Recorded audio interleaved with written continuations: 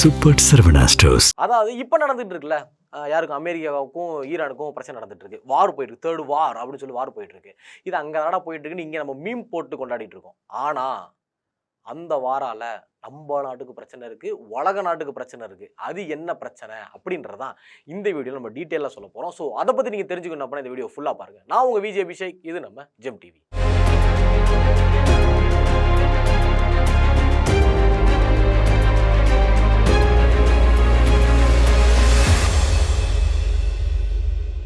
America, Israel, Iran இந்த ஒரு பிரச்சனை வந்து ரொம்ப நாளாக வருஷ கணக்கில் போயிட்டு இருக்கு. அப்படின்னா அதான் இஸ்ரேலுக்கும் ஈரானுக்கும் வருஷ கணக்கில் பிரச்சனை போயிட்டு இருக்கு.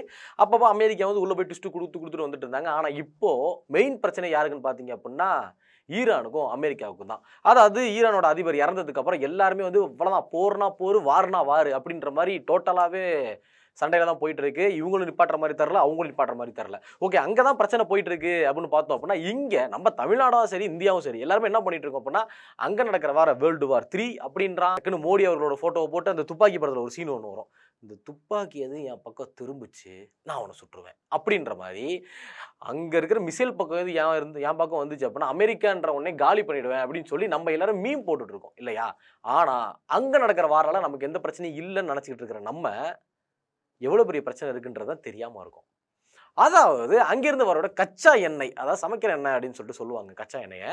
இது வந்து டோட்டலாக வந்து பார்த்தோம் அப்படின்னா ஹார்மோஸ் அப்படின்ற ஒரு ஏரியா வழியாக தான் வருது. அதாவது கடல் வழியா. அதாவது நமக்கு எல்லாருக்குமே வந்து இம்போர்ட் அண்ட் எக்ஸ்போர்ட், ஏற்றுமதி இறக்குமதி எல்லாருமே எங்கேருந்து வருதுன்னு பார்த்தீங்கன்னா கடல் வழியாக தான் அதிகமாகவே வருது இல்லையா? இதில் முக்கியமாக கச்சா எண்ணெய் அப்படின்ற இந்த எண்ணெய் வந்து பார்த்தீங்க அப்படின்னா ஈரான் வழியிலேருந்து வரக்கூடிய ஹார்மோஸ் ஓகேவா அப்படின்ற ஒரு இடத்துல இருந்து தான் வருது. அதாவது அந்த சீயோட பேர், அந்த ஏரியாவோட பேர் வந்து ஹார்மோஸ் அப்படின்னு சொல்லுவாங்க. கிட்டத்தட்ட ஈரான்லேருந்து 31 கிலோமீட்டரில் அந்த இடம் வந்து இருக்கு. ஆனால் இப்போ நடக்கிற இந்த பிரச்சனையால ஈரான் கவர்மெண்ட் அதை வந்து பிளாக் பண்ணியிருக்காங்க. கிட்டத்தட்ட நமக்கு வரக்கூடிய, அதாவது உலக நாட்டுக்கே போகக்கூடிய 50% ஏற்றுமதி இறக்குமதி இதனால பாதிக்கப்பட்டிருக்கு. நம்ப முடியல உங்களால? இதுக்கும் நம்ம நாட்டுக்கு வரக்கூடிய என்னடா பிரச்சனை? அதாவது வந்து பாத்தீங்க அப்படின்னா இந்தியாவுக்கு கிட்டத்தட்ட 27% தான் அந்த வழியா தான் நமக்கு வந்து கச்சா எண்ணெய் வந்து இது வரைக்கும் வந்துகிட்டு இருக்கு, இனிமேல் வந்துகிட்டு இருக்கும் அப்படின்னு நினைச்சிட்டு இருந்த நமக்கு இந்த வாரால இப்போதைக்கு ஸ்டாப் ஆயிருக்கு. ஐயோ, அப்ப நம்மகிட்ட கச்சா எண்ணெய் இல்லையா, அப்ப பெட்ரோல் டீசல் விலை ஏறுமா அப்படின்னு பாத்தீங்க அப்படின்னா ஏறாது. அதாவது இப்போதைக்கு ஏறாதுன்னு சொல்லியிருக்காங்க. ஆனா எப்படி மாறும்ன்றது நமக்கு தெரியல. இது வரைக்கும் நம்ம கிட்ட இருக்கிற கச்சா எண்ணெயை வச்சு இன்னும் ஒரு 40 நாளைக்கு நம்மளால சர்வே பண்ண முடியும். அதுக்கப்புறம் சென்ட்ரல் கவர்மெண்ட் என்ன சொல்லியிருக்காங்கன்னு பார்த்தீங்க அப்படின்னா இதனால வந்து பெட்ரோல் டீசல் விலை ஏறாது அப்படின்னு சொல்லியிருக்காங்க. ஆனால் சொன்னது எல்லாமே நடக்குமா அப்படின்னு கேட்டோம் அப்படின்னா ஒரு பெரிய கொஸ்டின் மார்க் தான். ஆனால் இப்போ கச்சா எண்ணெய்க்கு என்னடா பண்ணுறது அப்படின்ற நேரத்தில் வந்தப்போ தான் நான் இருக்கேன்டா என் பங்காளி அப்படின்ற மாதிரி ரஷ்யா கவர்மெண்ட் வந்து உள்ளே வந்திருக்காங்க. ரஷ்யா கவர்மெண்ட் உள்ளே வரதுக்கு முன்னாடி என்னென்ன பிரச்சனை இருக்குது அப்படின்றத நான் சொல்கிறேன். அதாவது சொல்ல போனோம் அப்படின்னா அதாவது இந்த ஏற்றுமதி இறக்குமதி அப்படின்றது ஃப்ளைட்டில் தான் எல்லாரும் கேள்விப்பட்டிருக்கோம். அதாவது ஃப்ளைட் ஏற்றுமதி, ஏறும் இடம் இறங்கும் இடம், ஏற்றுமதி இறக்குமதி அப்படின்னு சொல்லி எல்லாரும் கேள்விப்பட்டிருப்போம். ஆனால் நம்ம நாட்டுக்கு வரக்கூடிய எல்லாமே இருந்தாலும் சரி, எல்லாமே வந்து பார்த்தீங்க, அதாவது நம்ம நாட்டுக்கு வரக்கூடிய எண்ணெயாக இருக்கட்டும், அதாவது இம்போர்ட் அண்ட் எக்ஸ்போர்ட், அங்கே வெளிநாட்டிலேருந்து வரக்கூடியது எல்லாமே நமக்கு வந்து வரக்கூடிய எண்ணெய் என்னன்னு பார்த்தீங்க அப்படின்னா கடல் வழியாக தான் அதிகமாகவே வந்துட்டு இருக்கு. கடல் வழியாக தான் எல்லா ஏற்றுமதி. அமெரிக்கா கிட்ட இருந்து நம்ம கடல்ல தான் வாங்கிட்டு இருக்கோம், ரஷ்யா கிட்ட இருந்து வாங்குறது கடல்ல தான் வாங்குறோம், சைனா கிட்ட இருந்து வாங்குறது கடல்ல தான் வாங்குறோம், ஈரான் கிட்ட இருந்து வாங்குறது, அதாவது எல்லா நாட்டில இருந்து வாங்குற எல்லாத்தையுமே நம்ம வந்து கடல் வழியாக தான் வந்துட்டு இருக்கோம். இந்த வாரால நமக்கு மட்டும் தான் பிரச்சனையா அப்படின்னு பார்த்தீங்க அப்படின்னா கிடையாது. அதாவது சவுதிக்கு இந்த பிரச்சனை இருக்கு, நார்த் கொரியா, சவுத் கொரியா அப்படின்னு சொல்லி உலக நாட்டில் இருக்கிற எல்லாருக்குமே இந்த பிரச்சனை போயிட்டு இருக்கு. ஆனால் முக்கியமான பிரச்சனை யாராருக்கு இருக்குன்னு பார்த்தீங்க அப்படின்னா 1 ஜப்பான், 2வது சைனா, 3வது இந்தியா, அதுக்கப்புறம் பார்த்தோம் அப்படின்னா 4வது தென்கொரியா. இவங்க 4 பேருக்கு தான் மெயின் ஒரு பிரச்சனை போயிட்டு இருக்கு அப்படின்னு சொல்லலாம். இந்த அளவுக்கு யோசிச்சுக்கிட்டு இருந்த நம்ம இப்போ ரீசனாக வந்து பார்த்தீங்க அப்படின்னா ஒரு 3 நாளைக்கு முன்னாடி, அதாவது இலங்கை ஓரமாக வந்து ஒரு கடற்படை வந்து ஒன்று வந்து என்ட்ரி கொடுத்துச்சு. அதாவது ஒரு மரியாதை செலுத்தக்கூடிய ஒரு கடற்படை ஒன்று இருந்துச்சு. அந்த கடற்படை யாருன்னு பார்த்தீங்க அப்படின்னா ஈரான் அவங்களோட கடற்படை. அதாவது இலங்கை வந்துட்டு ரிட்டர்ன் போயிட்டு இருக்கிறப்போ அமெரிக்கன் கவர்மெண்டால அந்த போட் வந்து பிளாஸ்ட் ஆயிருச்சு. அதாவது யாருமே அது வந்து எதிர்பார்க்கவே இல்லை. அவ்வளோ ஒரு பெரிய ஒரு போர்ப்படை அப்படின்னு சொல்லலாம். அதாவது அவ்வளோ ஒரு பெரிய ஒரு ஷிப்பு, நம்ம பார்த்து மிரற அளவுக்கு அவ்வளோ பெரிய ஒரு ஷிப்பு, அந்த ஷிப்பவே பிளாஸ்ட் பண்ணிட்டாங்க அப்படின்னு சொல்லலாம். இன்னுமே நடுக்கடலில் ஏகப்பட்ட போட்டு வந்து இன்னும் நடுவில் நின்றுட்டே இருக்கு. எதுக்காகன்னு பார்த்தீங்க அப்படின்னா இந்த ஒரு பிரச்சனையால். இப்போ ஈரான் கண்ட்ரினே இல்லை, இப்போ ஈரான் இல்லாமல் இப்போ ஜப்பான்லேருந்து இந்தியாவுக்கு எது வருதுனாலும் இது வந்து தான் ஈரான் தூக்கி போட்டு நொறுக்கு அப்படின்ற மாதிரி ஜப்பான் வந்து அவங்கவுங்க வேலையை பக்காவே பார்த்துட்டு இருக்காங்க. நீ மட்டும் தான் உடைப்பியா, நானும் உடைக்கிறேன் அப்படின்னு சொல்லி கடல் வழியாவே எந்த ஷிப்பு வந்தாலுமே கண்டிப்பாக அது வந்து பிளாஸ்ட் பண்ணிட்டு இருக்காங்க. அதனால எல்லா ஷிப்புமே கடவுளுக்கு நடுவில் அதே மாதிரி நின்றுட்டு இருக்கு. அதாவது அவ்வளோ இம்பார்ட்டன்டா இந்த ஹொர்மோஸ்ன்ற இந்த ஏரியா அவ்வளோ இம்பார்ட்டன்ட் பார்த்தீங்க அப்படின்னா கண்டிப்பாக கிட்டத்தட்ட 27% இருந்து அங்கேருந்து தான் வந்து எல்லாமே ட்ராவல் ஆகி வந்துட்டு இருக்கு. ஸோ முக்கியமாக இந்த கச்சா எண்ணெய்ன்றது அந்த வழியாக தான் எல்லா நாட்டுக்குமே பரவலாக போயிட்டு இருக்கு. இதனால ஏகப்பட்ட நாடு பாதிப்படைஞ்சிருக்கு அப்படின்னு சொல்லலாம். இப்படி அங்கேருந்து என்னென்னலாம் வருது அப்படின்றத பார்த்தோம் அப்படின்னா டோட்டலாக ஒரு 4 கண்ட்ரி தான் இதில் வந்து பாதிக்கப்பட போகிறது. என்னென்ன கண்ட்ரின்றது நான் சொல்கிறேன். ஜப்பான், சைனா, இந்தியா, தென்கொரியா, இந்த 4 கண்ட்ரி தான் மெயினாக வந்து அஃபெக்ட் ஆக போகுது. மெயினாக வந்து இந்த கச்சா எண்ணெய் வந்து அங்கேருந்து நமக்கு எவ்வளோ வருதுன்னு பார்த்தீங்க அப்படின்னா கிட்டத்தட்ட 75% அந்த ரூட் வழியாக நமக்கு வருது. அதே மாதிரி அதாவது எல்என்ஜி கேஸ் அப்படின்னு சொல்லக்கூடிய கேஸ் வந்து கிட்டத்தட்ட 55% வந்து அங்கேருந்து நமக்கு வருது. இப்போ நடக்கிற இந்த போரால அது எல்லாமே பிளாக் ஆயிருச்சு. அது மட்டும் இல்லாமல் பார்த்தோம் அப்படின்னா இதில் வந்து முதல்ல பாதிப்படைய போகிறது யாருன்னு பார்த்தீங்க அப்படின்னா ஜப்பான், 2வதா பாதிப்படைய போகிறது யாருன்னு பார்த்தீங்க அப்படின்னா தென்கொரியா, 3வது இந்தியா, 4வது சைனா. நம்ம வந்து இப்போதைக்கு 3வது இடத்துல இருக்கோம். இப்படி 3வது இடத்துல இருக்கமே நம்ம என்னடா பண்றது அப்படின்னு சொல்ற நேரத்தில் தான் சென்ட்ரல் கவர்மெண்ட் வந்து இந்த ஹர்மோஸ் இந்த ஏரியா இல்லாம வேற ஏரியால இருந்து ஏதாவது கொண்டு வர முடியுமா அப்படின்றத தனியா வந்து ரிசர்ச் பண்ணிட்டு இருக்காங்க.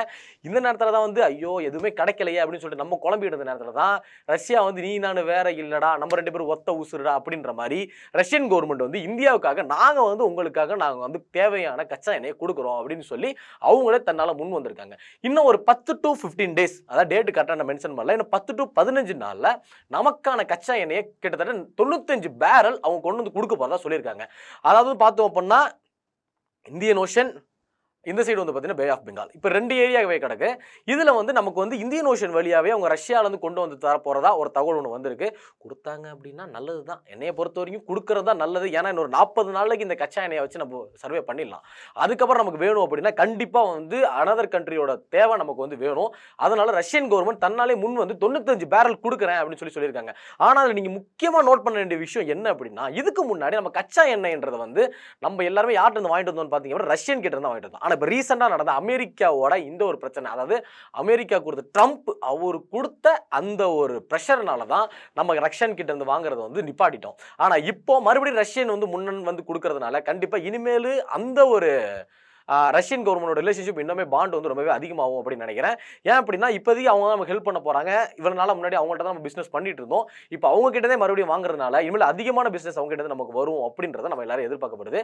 அதாவது இதுக்குமே ஒரு தனியாக ஒரு ரூட் வேணும். அதாவது ரஷ்யன் கவர்மெண்ட் சும்மா கிடையாது. அமெரிக்கா திடீர்னு ரஷ்யன் மேலே போட்டு விட்டாங்க அப்படின்னா அவ்வளோதான், பக்கத்துலேயே இருக்கா, அப்படி போட்டு நொறுக்கிடுவார், டக்குன்னு போட்டு நொறுக்கிடுவார். அதுக்கான வாய்ப்பு எல்லாமே இருக்குது. ஆனால் டோட்டலாக இப்போதைக்கு அமெரிக்காவோட பிளான் என்ன அப்படின்னா ஈரான், அதுதான் பிளானாக இருக்குது. இந்தியா பக்கத்து திரும்பலை, ரஷ்யன் பக்கத்து திரும்பலை. ஆனால் நம்ம இது எதுவுமே தெரியாமல் ஜாலியாக வந்து மீம் போட்டு டெம்ப்ளேட் போட்டு ஜாலியாக விளாண்டுட்டு இருக்கோம். ஆனாலும் இன்னொரு 40 நாளைக்கு தான் நம்மக்கிட்ட கச்சா எண்ணெய் அப்படின்றது நம்மக்கிட்ட இருக்கும். அதுக்கு மேலே நம்மக்கிட்ட இருக்காது. ஸோ வந்து என்ன நடக்க போகுது அப்படின்றது தெரில. இந்த போரும் முடிகிற மாதிரி தெரில. அவங்களும் என்ன சொல்கிறாங்க, ஈரானும் நாங்கள் முடிக்க மாட்டோம்ன்றாங்க. அமெரிக்கா என்ன சொல்கிறாங்க, நாங்களும் முடிக்க மாட்டோம் அப்படின்றாங்க. 2 பேரும் மாறி மாறி சண்டை போட்டுட்டு இருக்காங்க. இது எப்படி முடிக்க போகிறாங்க, என்ன பண்ண போகிறாங்க அப்படின்றது தெரில. ஆனால் நான் இன்னொன்று சொல்கிறேன் அப்படின்னா இவங்க 2 பேரும் பண்ணுற போரால, இவங்க 2 பேரும் பண்ணுற விஷயத்தினால அங்கே இருக்கிற மக்கள் தான் இறந்து போகிறாங்க. உலக நாடே தான் வந்து இதுக்காக சஃபர் ஆகுதே தவிர அவங்க 2 பேரும் வந்து நல்லா எப்படி சொல்கிறது, அவங்க 2 பேருக்கும் இது வந்து ஃபுல்லாகவே தெரில. நம்ம 2 பேரும் மாறி மாறி அடிச்சுட்டு இருக்கோம். ஓ சைடு இழப்பு விழுவுது, என் சைடு இழப்பு விழுவுது. ஆனால் வந்து இந்த 2 சைடு இழப்பு விழுவுறதை தாண்டி ஒட்டுமொத்த உலக நாடுமே வந்து டோட்டலாக ஸ்டாக் மார்க்கெட் ஸ்டக் ஆயிருச்சு அப்படின்னு சொல்லலாம். ஒட்டுமொத்த உலக மார்க்கெட்டுமே வந்து நின்று போயிருக்கு. இன்னும் அதான் சொல்கிறேன், நமக்கே 40% ஜப்பான்லாம் நினச்சி பாருங்க. இதோட தென்கொரியாலாம் அதுக்கு மேலே இருப்பாங்க. ஸோ எப்படி நடக்க போகுது, என்ன ஆக போகுது அப்படின்றது தெரியல. ஆனால் பாகிஸ்தான் நீட்டாக வந்து அமெரிக்காவில் வந்து ஸ்ட்ரைட்டாக அவர் இறக்கிக்கிட்டா அப்படி அங்கே நல்லா பக்காவாக போயிட்டு இருக்கு அப்படி தான் நினைக்கிறேன். அது எந்த ரூட் வழியாக போகுது அப்படின்றது தெரியல. அவங்களுக்கு எதுக்குங்க, அவங்க பக்காவாக எல்லாமே இறக்கிட்டு இருக்காங்க. நமக்கு ரஷ்யன் கவர்மெண்ட்லேருந்து 95 பேரல் வந்து கச்சா எண்ணெய் வரப்போகிறதா சொல்லியிருக்காங்க. அது என்னைக்கு அப்படின்றது தெரில. வந்துருச்சு, எந்த ஒரு பிரச்சனையுமே வந்துருச்சு அப்படின்னா சர்வே பண்ணலாம், இல்லைன்னா புஷு தான் அப்படின்ற மாதிரி தான் போயிட்டு இருக்கு. ஸோ இந்த நடக்கிற பிரச்சனையை பற்றி நீங்கள் என்ன நினைக்கிறீங்க அப்படின்றத மறக்காம கமெண்ட்ஸில் கமெண்ட் பண்ணிட்டு போங்க. இந்த மாதிரியான இன்ஃபர்மேஷன்லாம் தெரிஞ்சுக்கணும் அப்படின்னா மறக்காம ஜெம் டிவியை சப்ஸ்கிரைப் பண்ணுங்க.